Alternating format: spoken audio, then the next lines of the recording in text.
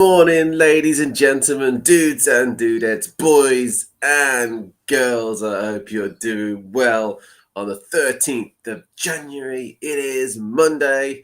It is indeed. Hope you're doing well. I hope you're keeping well. And we are FPL Talk 30. I'm redoing part 30 this morning. There's a weird thing going on with the audio apparently from the video uploaded. Thank you to the dude who gave me the heads up on that one. Thumbs up to you. Thank you for that. So I've checked that out. It was a bit of a weird thing going on. I do have the occasional fight with Restream, trying to get things doing or it glitches or it does something weird. So hopefully you can all hear me. Hopefully the mic is all working now. I'm sure it was working then. It's probably just Restream. Because as you can see with every other video that I've done, they've been fine. So off we go, ladies and gents. It is Monday morning. And don't forget, big thing going on. Tomorrow is the deadline for Fantasy Premier League. Yes, it is at 6 o'clock on Tuesday. We have midweek fixtures again.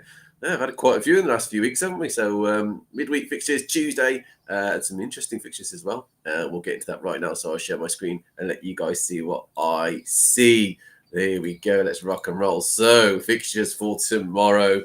Don't forget, 6 o'clock, as I said, is the deadline. I'll go over the social really quickly. I'm on all of them, of course. I'm on Facebook, AJP85-channel.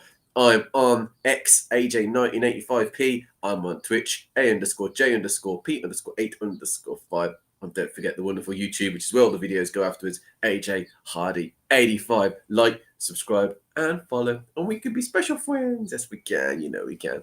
There you go. So you can see on the screen right this second the Premier League fixtures for tomorrow, Wednesday, and Thursday. Midweek fixtures. We kick off at 7:30 tomorrow. Brentford versus Man City, a Chelsea Bournemouth game as well, and West Ham Fulham. Interesting fixtures, indeedy doody. Put it simply, in the previous part that I've deleted since because we had audio issues, I was going through who I think would be the pick of the players and scores. I'll do it really quickly. Man City, I think, will beat Brentford, despite Brentford being quite good at home.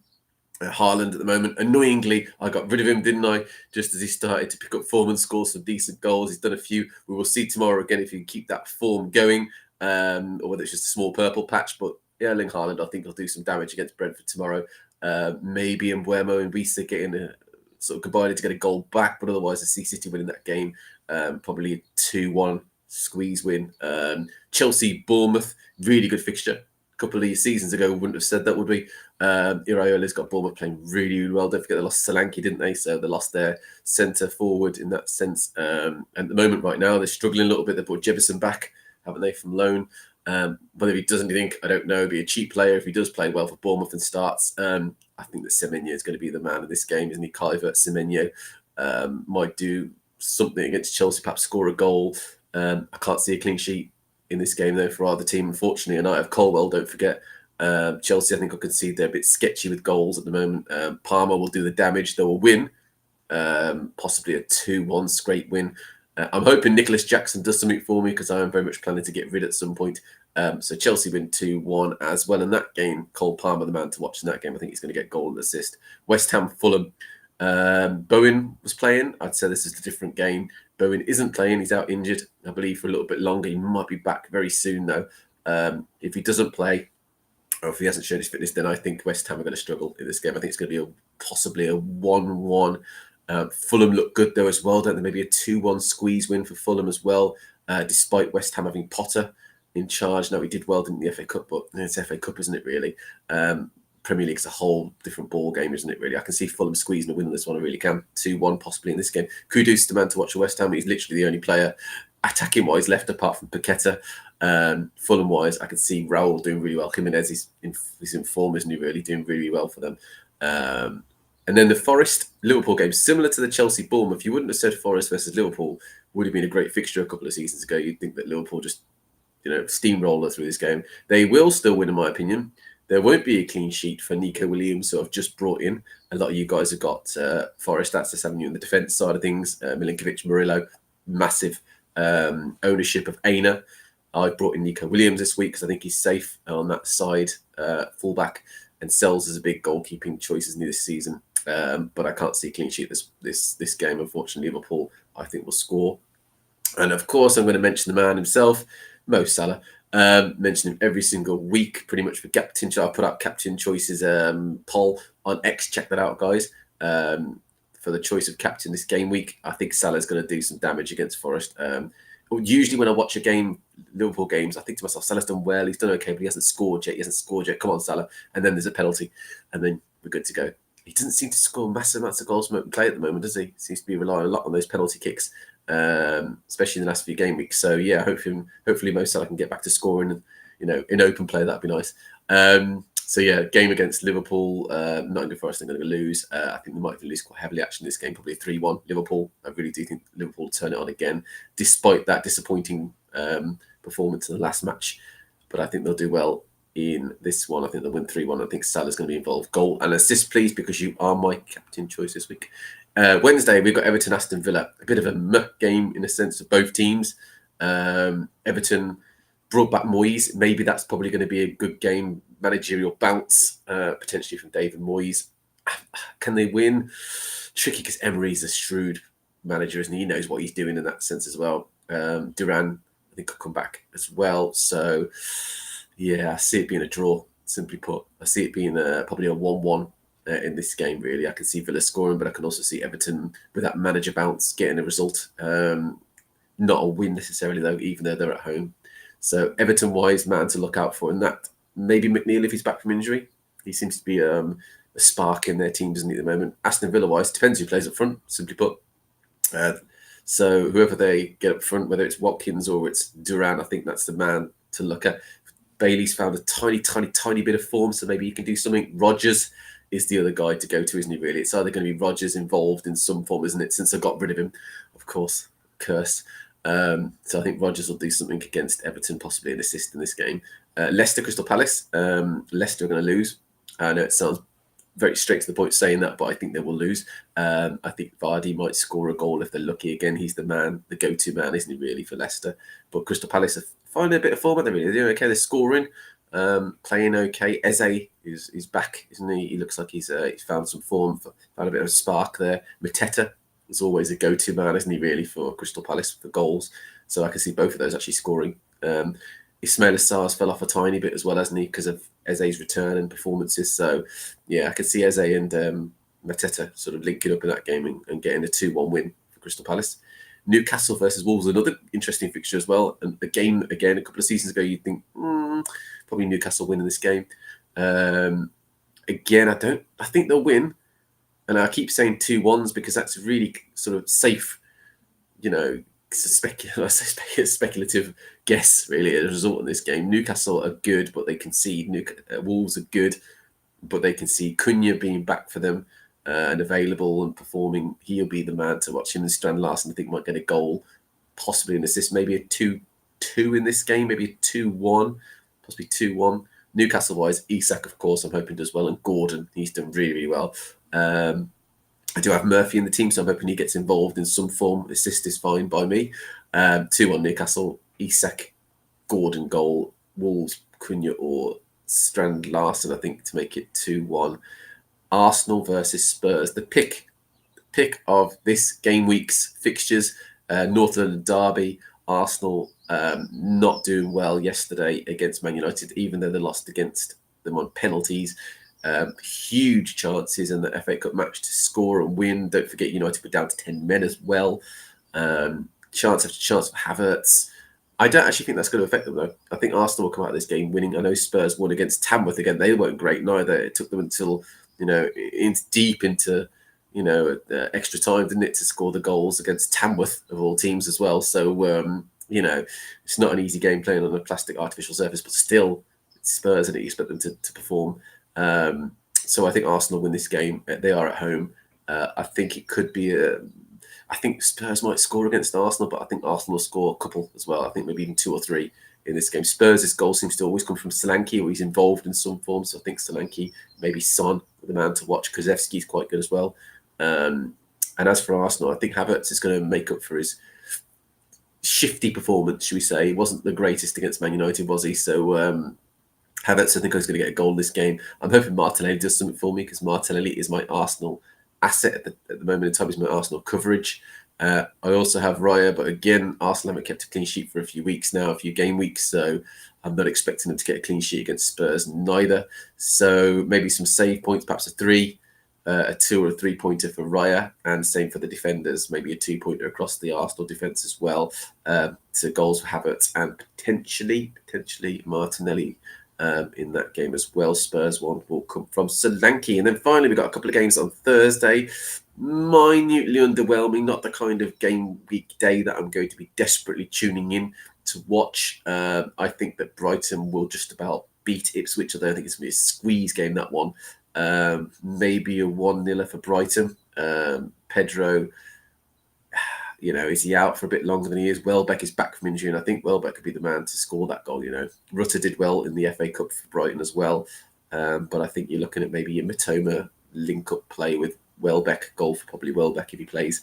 Ipswich-wise, they'll be doing all right until that point. Delap, I don't think he's going to score in this game, despite him being on form at the moment. So I think Brighton might squeeze a 1-0 win. Very tight game that's going to be. And then Man United versus Southampton. Some people United win. I actually think United will keep a clean sheet in this game as well. And I think, and because I've got Amad Diallo involved in my team at the moment, I expect. I hope that he does well. I do. Bruno Fernandes and Amad Diallo, I think, will link up and get a goal each. And then as for who's going to be involved, maybe a tricky one, really, isn't it? Who's going to assist them? Probably each other, maybe. Goal and assist each. That'd be lovely, wouldn't it? Højlund might be involved if he starts as well. Maybe Xerxes got a bit of. He hasn't got form, but he's obviously got a bit of a lift after scoring that winning penalty against Arsenal. So maybe he might do something in this game as well. So United to win 2-0 against Southampton. I expect Fernandes and maybe Amad Diallo to get the goals 2-0 in that game. So there you go. That's my predictions for this game week. Again, don't forget it is on Tuesday. The cutoff point is 6 o'clock. And as a result, I will show you my team. Bosh, there we go. So confirmation at the top. It is a 6 o'clock deadline for Tuesday, 14th of January. Make sure you get your teams in long before that point, because as we know, with Fantasy Premier League, it gets a bit funny before the deadline and you might struggle. So there is the team that I'm playing this week. It will be, before you ask, I'll get into the Kwanzaa thing. Raya in goal. As it stands, Kwanzaa, but that will change. Colwell in defence. So Raya has Tottenham at home. That's the reason why I'm picking Raya over Fabianski at the moment, although that might change just before the deadline. I might do a last-minute swap because I do think Fabianski might do a little bit better against Fulham than Raya against Tottenham, but we'll see. I'll have a think about that. That will be a last-minute decision for me. Raya against Tottenham as it stands in goal. Colwell versus Bournemouth. Yeah, more than likely. Lewis versus Brentford, I think he'll do okay against them. If not, a clean sheet, hopefully getting involved with the big news that Walker wants to leave Manchester City. Hopefully that keeps the pathway for Lewis to start pretty much every game, give or take, even though Pep Roulette kicks in, doesn't it really? And it is Man City who haven't been keeping clean sheets. But Lewis is in the starting lineup. Palmer on vice-captain duty against Bournemouth. I think he'll do okay, but the main man to pick, as with every single week, always Captain Salah, ECS. Mo Salah is my captain choice for this week. I'm sure that comes as no surprise to most of you who've watched my previous videos, or those of you who are thinking, well, duh, you lose rank if you don't captain him, because the majority of people will do. Despite it being against Forest and Palmer having Bournemouth at home, you never know. Martinelli against Spurs, I'm hoping he does something and repays the investment that I've put in him, but he's not that expensive anyway. Murphy, I've gone for double Newcastle in this game against Wolves. I'm hoping he gets an assist. He's been quite good recently, and I think there's only one game where he hasn't got any kind of proper FPL points for assists or goals. Amad Diallo did well in the last match, didn't he? So I'm not going to lose out on him against Southampton. I mean, come on. That is a game which you play your United assets if you've got them. Clean sheets possibly written all over that. Definitely goals, maybe. If Amad Diallo starts, which I hope he does, because he came on as a substitute against Arsenal, didn't start, so hopefully that makes him fresh. Another chance for Nicholas Jackson. He does have Bournemouth, so better fixture than Wissa. And Isak, of course, up front against Wolves, who, again, hopefully he keeps his goal-scoring form going. On the bench, as it stands right now, is Fabianski. That's subject to change, because I might swap him over for Raya. It's a question of who I think will get the better, points, really. Will Raya get more points than Fabianski? Will Raya get points against Spurs? Will Fabianski get points against Fulham? They're both London derbies to a degree.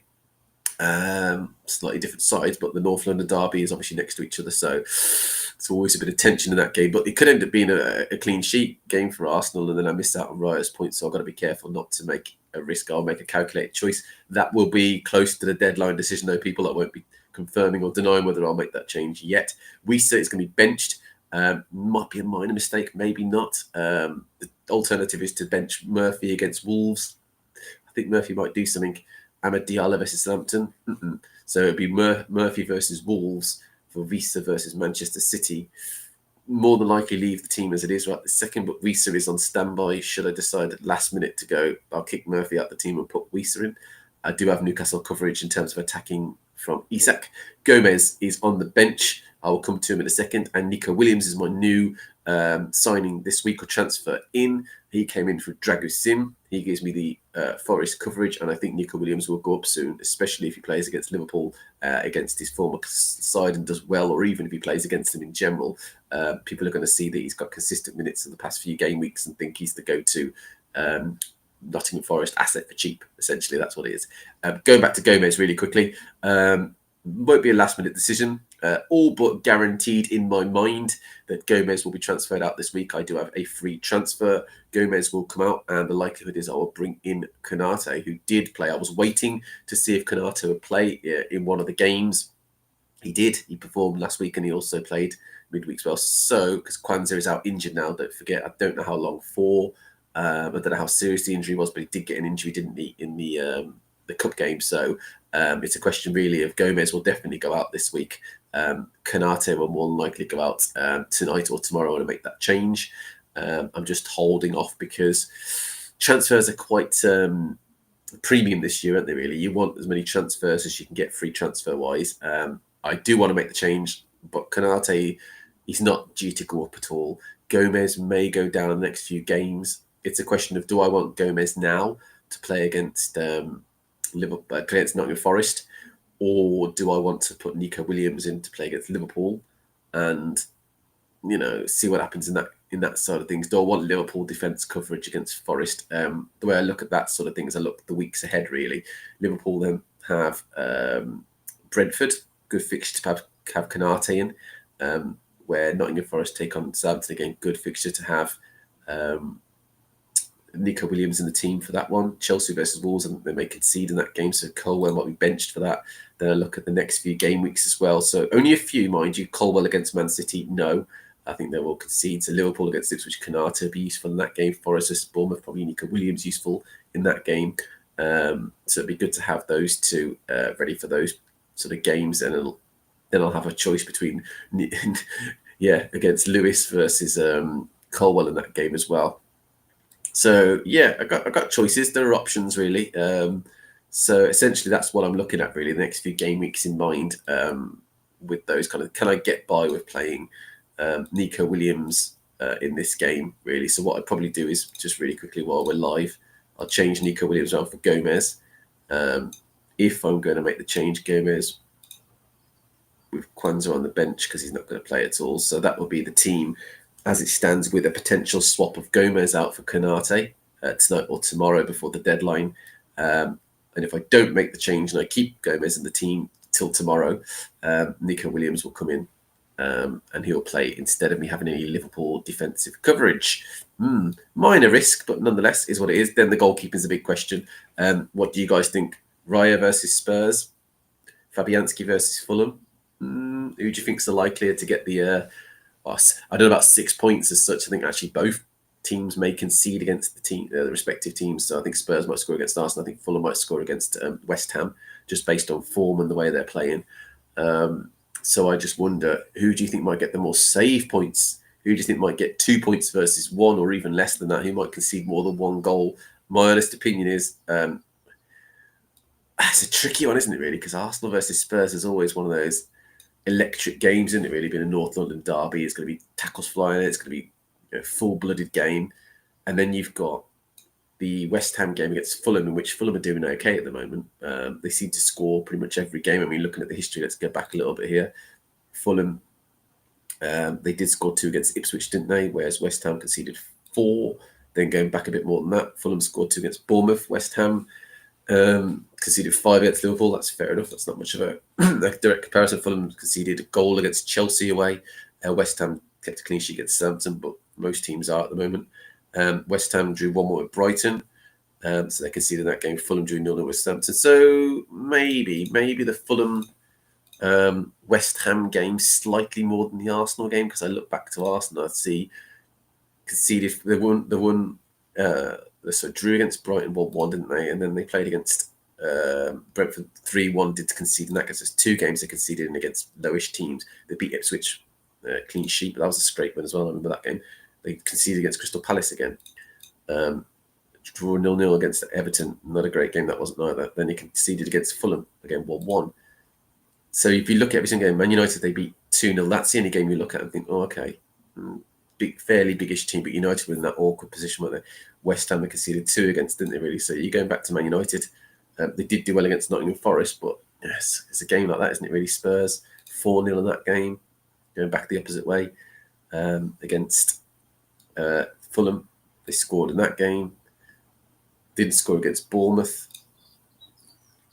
Scored 3 against Chelsea, but still lost.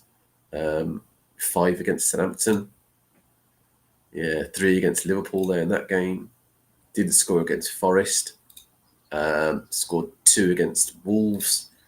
And then going back to last week, even though they're the home side, they scored against Newcastle and lost 2-1. So, yeah, that's what I'm looking at. It's a tricky one, really, because Tottenham are capable of scoring. Arsenal are very much capable of conceding. And then as for the West Ham side of things, Fulham are capable of scoring, especially Raul Jimenez seems to be really, really good. They've lost. I don't know if Bowen's back. Let's have a quick look. Is Bowen back for West Ham? Because that does make a difference, if attacking they're solid, they can press from the front. No, not yet, is he? 3rd of February, right? Okay, I didn't realise it was that long. Yeah. So, thinking about it logically, it might be, can Potter keep a clean sheet with West Ham against Fulham? I'll have a think. That's going to be, last-minute decision for me because it's a tricky one. So 2 decisions for me really to make. Do I make that early transfer Gomez out, Konate in, and the goalkeeping decision, which previously has been a sort of thought-provoking thing. Now it will be. I've got a choice really. It was always Raya for the season, but Ryby Fabianski got a couple of good points. He got some clean sheets when Raya didn't during the game weeks in the past. So I'm conscious of him doing well for West Ham. And Arsenal conceding against Spurs. What I probably will do to make that decision, actually, I will look at head-to-heads in the past, only the past few, that past season and a half, so that's sort of going back to maybe 2024, these scores between the 2 teams. Some stats might give me an idea of that, but otherwise it might just be a sort of a logical decision just before the deadline tomorrow. That's what I'm going to do, really, in that sense. So that is my team for this game week as it stands right this second. I don't think I'm going to bring Wieser in against City, despite them being a bit shaky. I don't, but again, I could throw a third decision in. Do I take out Murphy and go against Wolverhampton Wanderers? He might do okay, but Wieser might do better against Man City. So there's the Wieser conundrum as a sort of very, very, very back of the mind decision, really. At the forefront, really, is goalkeeping choice, Raya or Fabianski, and then the transfer Gomez out for Konate. Do I, don't I? Those are the main decisions this game week. Let me know what you think in the comments. Let me know about your team as well. Obviously, over on X, drop a vote as to who's going to be your game week 21 captain. Something tells me Mo Salah might be quite high up this game week. So let's see what happens. Price predictor. Let's have a quick look at that. We'll jump on. Tonight and tomorrow's price predictions based on the fantasyfix.com website. Gordon is potentially going up. Well, to be fair, he's done really, really well recently, so that doesn't surprise me too much. He will go up to 7.6, so that's a good. I think he started at 7.5 as well, so really good ownership at 20% as well. Cons has been going down for a couple of game weeks now, still hasn't gone. Face has been going down for a little while as well, still hasn't dropped. Murphy over at Newcastle's been on the drop list for a while, still hasn't dropped. Ward hasn't dropped yet, neither the Leicester City goalkeeper. Gomez, I've seen him on this list as well in the past. He hasn't gone yet, but he's due to drop tomorrow. Kovacic due to drop tomorrow. Pope and Francis are both out injured.